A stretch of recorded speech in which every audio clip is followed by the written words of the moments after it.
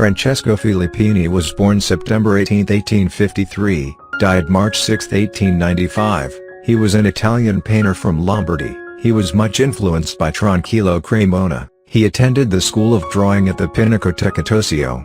From 1872 he received a grant from the city council to continue these studies. In 1875 he received an allowance to study under Giuseppe Bertini in Milan. In 1879 another grant allowed him to travel to Paris to visit the Salon.